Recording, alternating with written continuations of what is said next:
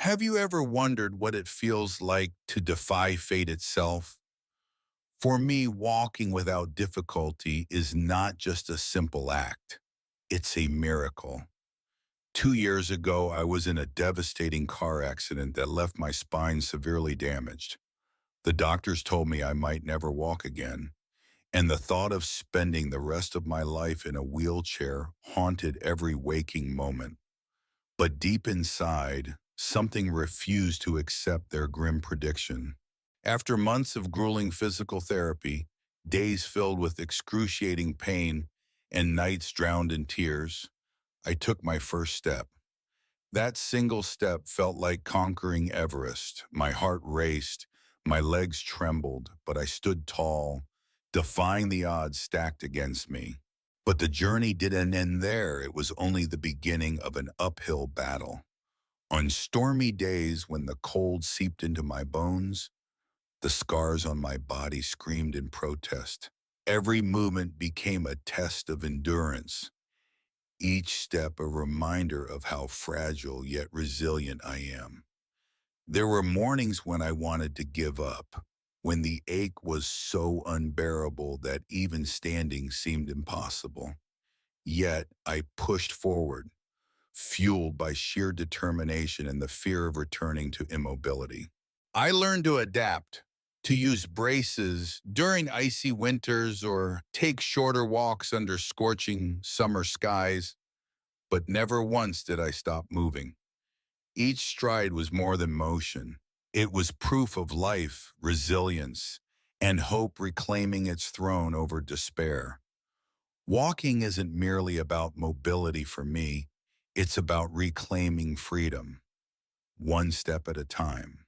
Climbing stairs had always been my quiet victory, a testament to the strength I'd fought so hard to reclaim after that devastating accident. But lately, my family had grown increasingly anxious about it. "Mom, you shouldn't push yourself," my daughter pleaded one evening, her voice trembling with worry. "We can install an elevator. Why risk it?" Her suggestion felt like a slap in the face. Did they really think I was too frail now? That I couldn't handle something as simple as stairs anymore? The thought burned inside me. Determined to prove them wrong, I decided to take on the ultimate challenge, climbing all 3 flights of our home staircase without stopping, not for rest, not even for breath. My heart pounded as I gripped the railing tightly, each step feeling heavier than the last. Halfway up, disaster struck. A misstep sent me stumbling forward. For a split second, panic surged through me, but instinct kicked in. I caught myself on the handrail just in time, my knees shaking from both exertion and fear. "Mom!" My grandson's voice echoed from below, his face pale with shock. "Are you okay?" "I'm fine," I said firmly, though my legs begged to differ. That close call left me shaken, but also wiser. From then on, I promised myself to be more cautious, respecting my limits while still embracing my independence. It wasn't just about proving a point. It was about showing my family and myself that resilience doesn't mean ignoring danger. It means facing it head on, with grace and adaptability. Cooking used to be my sanctuary, a place where I could pour my love into every dish and feel the quiet satisfaction of creating something nourishing. But lately, it has become a battlefield, one that tests not just my skills, but also my resolve. That day started like any other. I decided to make a simple family recipe, one I had cooked countless times before. Yet as I reached for the spices, my hands trembled uncontrollably, knocking over a jar of cumin onto the floor with a deafening crash. My heart sank. Was this another sign of aging creeping in? Determined to push through, I focused on the stove, only to realize midway that I'd completely forgotten how much broth went into the dish. Panic set in as I tried to recall the steps, but the pot began smoking ominously. Before I knew it, flames licked at the edge of the pan, sending me into a frenzy. Grabbing the fire extinguisher, a tool I never thought I'd need, I managed to douse the flames just in time. Smoke filled the kitchen, and tears pricked my eyes, not from the smoke, but from frustration. How could I let something so small spiral out of control? But then, amidst the chaos, clarity struck. This wasn't just about cooking anymore.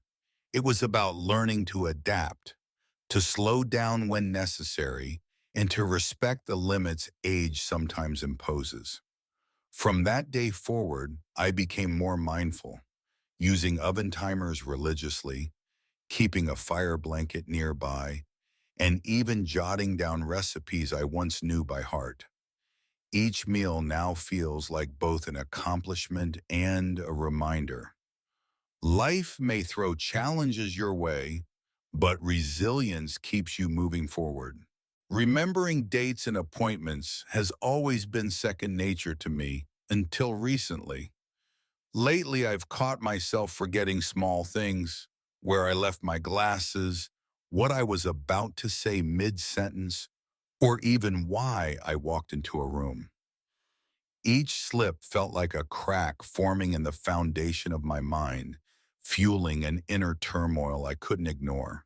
Was this the beginning of something worse? The thought of losing my memory terrified me, especially after watching my dear friend Margaret succumb to Alzheimer's. Her once vivid stories reduced to blank stares still haunts me. The day I almost forgot my grandson's birthday shook me to my core. It was his 10th, an occasion we'd planned for weeks. Yet there I was, sitting at the kitchen table that morning, staring blankly at the calendar, until realization hit me like a freight train. "It's today," I gasped, scrambling to prepare. Relief flooded through me as I managed to pull everything together just in time. But the fear lingered. What if next time I wasn't so lucky? Margaret's battle with Alzheimer's looms over me like a shadow. I remember how she used to joke about her fuzzy brain before it became a prison she couldn't escape. That image drives me to cherish every moment of clarity now more than ever. Every date I recall, every appointment I keep feels like defying fate itself, a testament to holding on to who I am amidst life's uncertainties. My memory isn't just mine anymore. It's a lifeline to those I love. Driving had always been my sanctuary, a symbol of freedom I cherish deeply. But lately, it felt like that freedom was slipping through my fingers. One afternoon, as I cruised down a familiar street, my heart nearly stopped when a pedestrian darted across the road without warning. My foot slammed on the brake just in time, but the adrenaline rush left me shaken. That close call became ammunition for my family, who had long urged me to stop driving. "Mom, it's too dangerous," my son pleaded, his voice heavy with concern. "You could have gotten hurt, or worse." Their worries gnawed at me, but giving up driving felt like surrendering a piece of itself.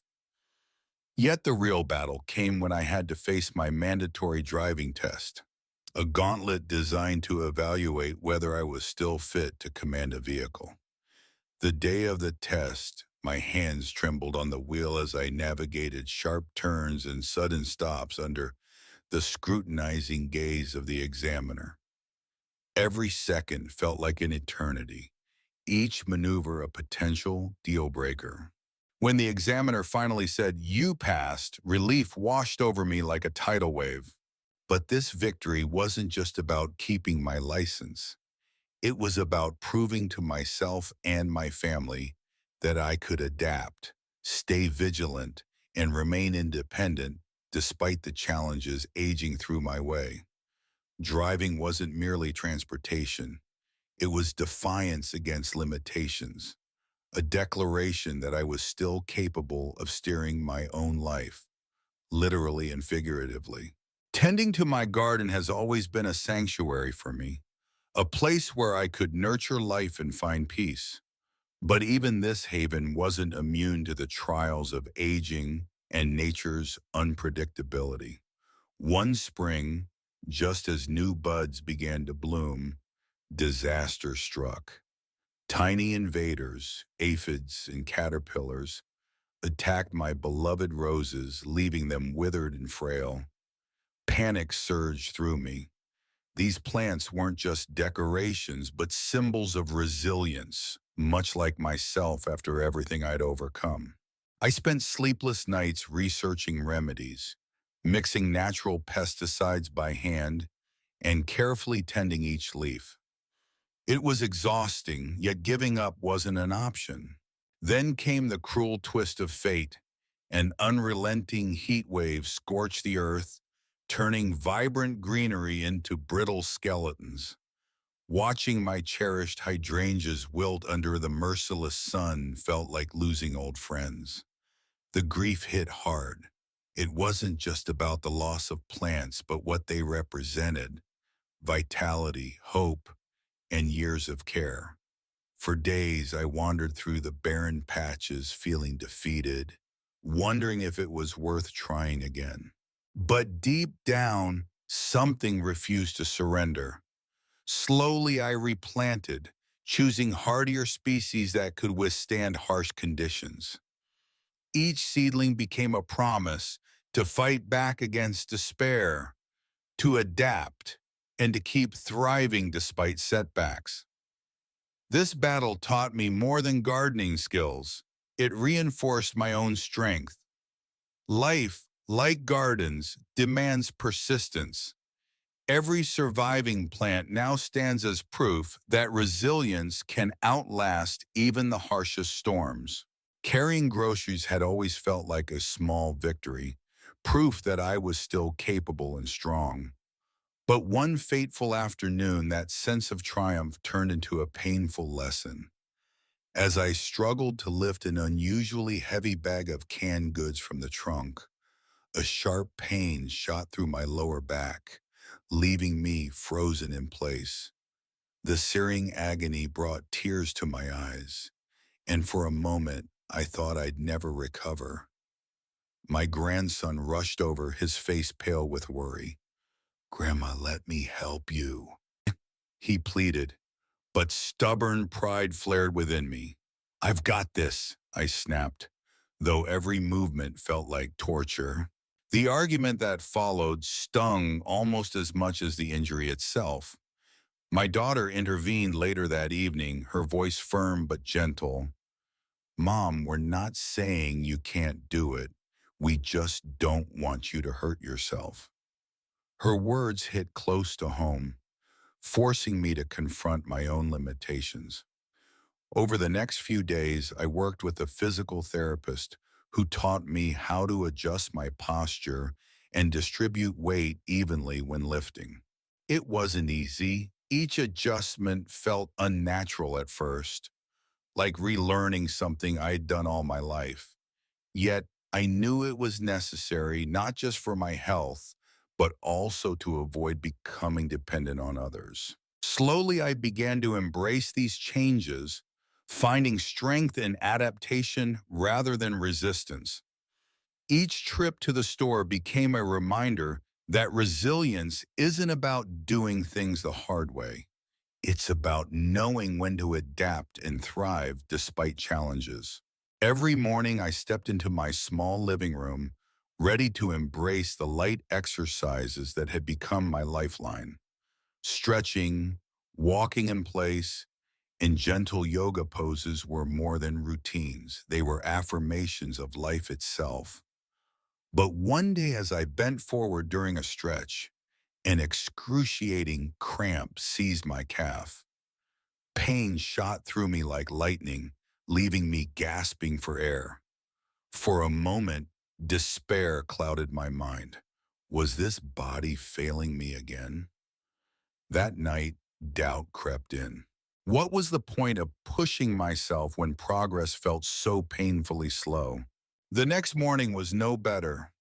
Rain hammered against the windows, casting a gloomy shadow over everything. My legs still ached from yesterday's cramp, and all I wanted was to stay wrapped in blankets rather than face another workout. Yet something inside refused to let go completely. I thought about how far I'd come, the stairs I could climb, the walks I cherished, and realized quitting wasn't an option. So despite the storm outside and the storm within, I started with just 5 minutes of stretching. Then 10. By the end, sweat mingled with tears of relief. I hadn't given up. Maintaining consistency became my greatest challenge. Some days it felt like nature itself conspired against me. Freezing winds or scorching heat tried to pull me away from my commitment. But each session reminded me why I persisted. Resilience isn't built overnight, but nurtured daily. These exercises weren't merely physical, they were acts of defiance against limitations, declarations that age wouldn't dictate my strength. Staying socially active became both my lifeline and my battlefield. As friends grew frail or passed away, loneliness crept in like an unwelcome shadow. The hardest blow came when I lost Clara, my closest confidant for over 40 years. Then a heated argument with Sarah, my longest-standing friend, left me reeling. Decades of trust shattered over one misunderstood remark. Yet something inside refused to let despair win. I joined a local book club, forcing myself into new circles. Each conversation was a step toward healing, proving that even in life's twilight, connection could still bloom amidst loss. Fixing things around the house had always been my way of proving I was still capable, but one day it turned into a test of courage. As I tried to repair an old outlet, a sudden jolt of electricity shot through my fingers, leaving me shaken and clutching my chest. My heart raced. What if it had been worse? But with grandchildren arriving soon, I couldn't afford to stop.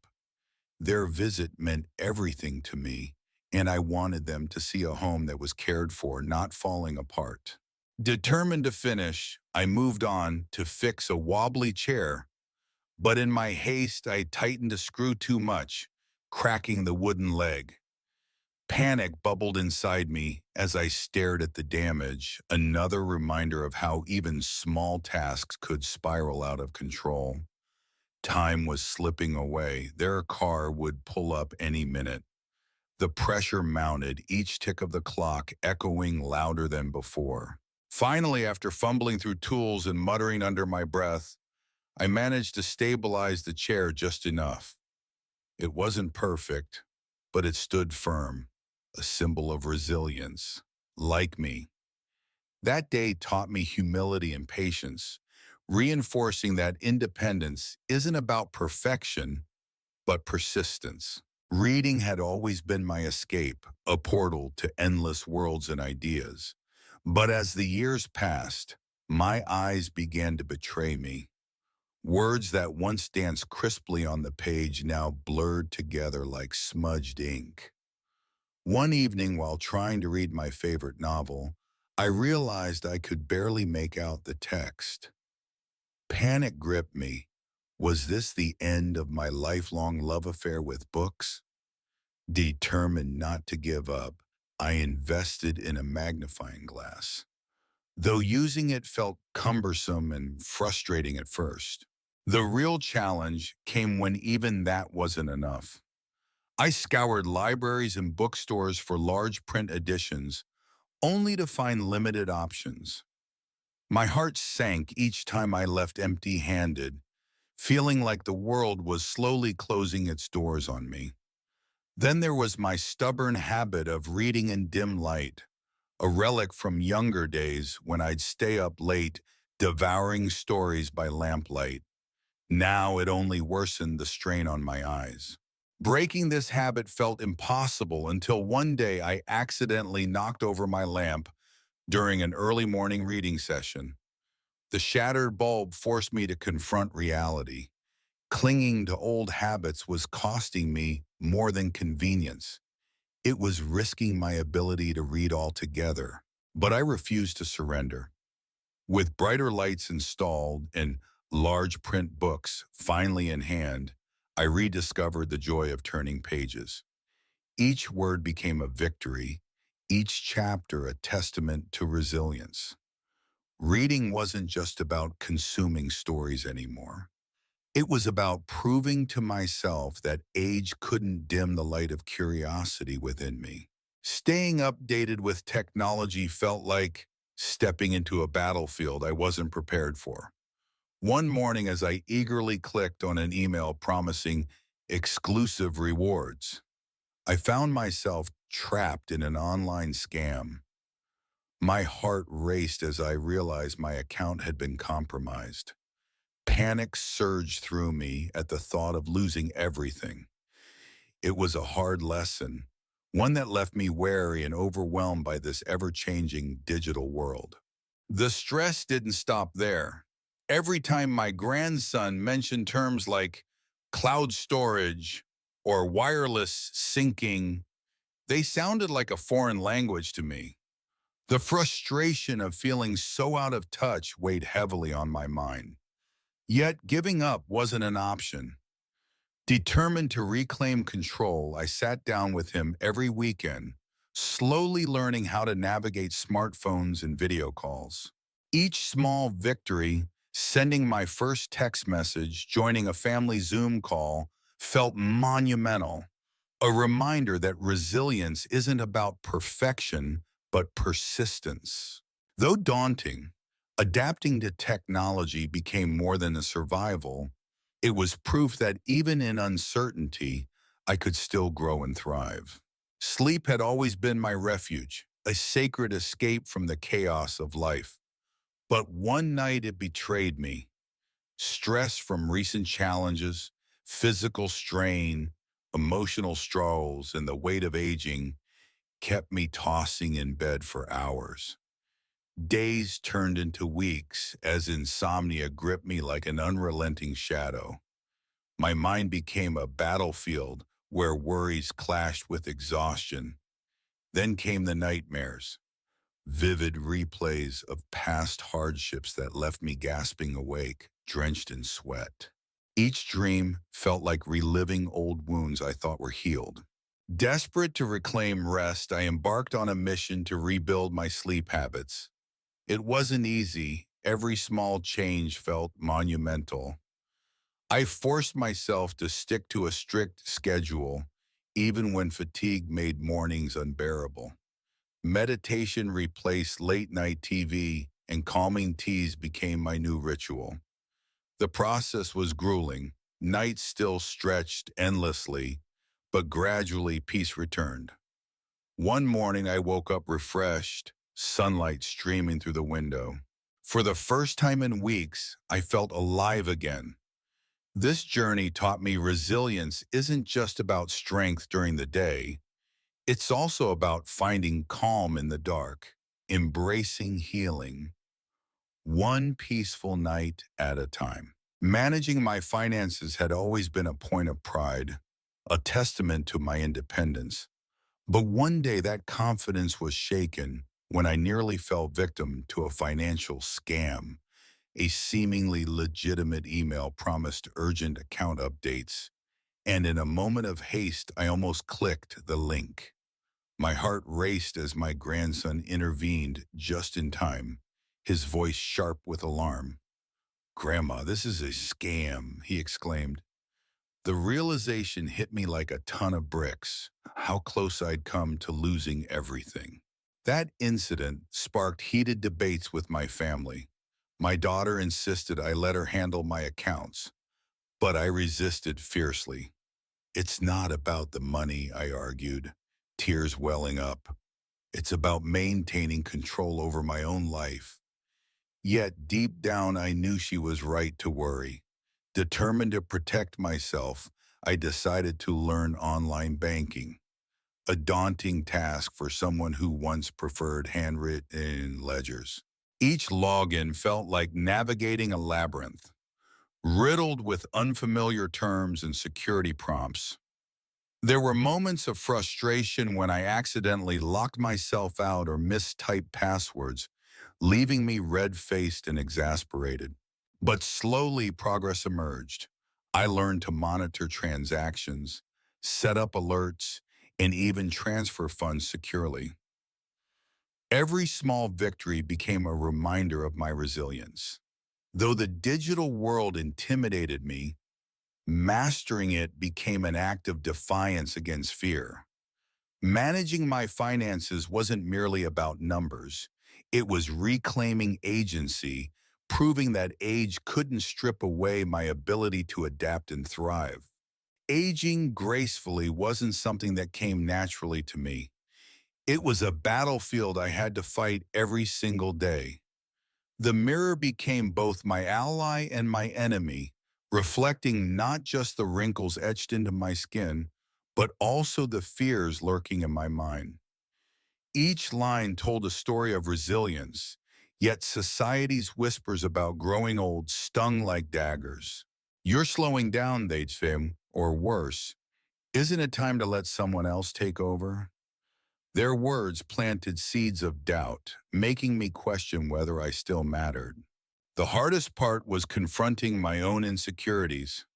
My once vibrant hair now silver, my hands marked by veins that seemed to map out decades of labor. It felt like my body was betraying me. There were mornings when I wanted to hide under the covers, avoiding the world and its judgments. But then I remembered how far I'd come, climbing stairs, cooking meals, even driving with confidence, each act defying the stereotypes others tried to impose on me. One particularly cruel comment from a stranger at the grocery store struck deep. "Oh, you're still doing this yourself," he smirked, as if independence past a certain age was absurd. For a moment, shame washed over me, but only for a moment. I straightened my back, looked him in the eye, and said, "Yes, and I'll keep doing it."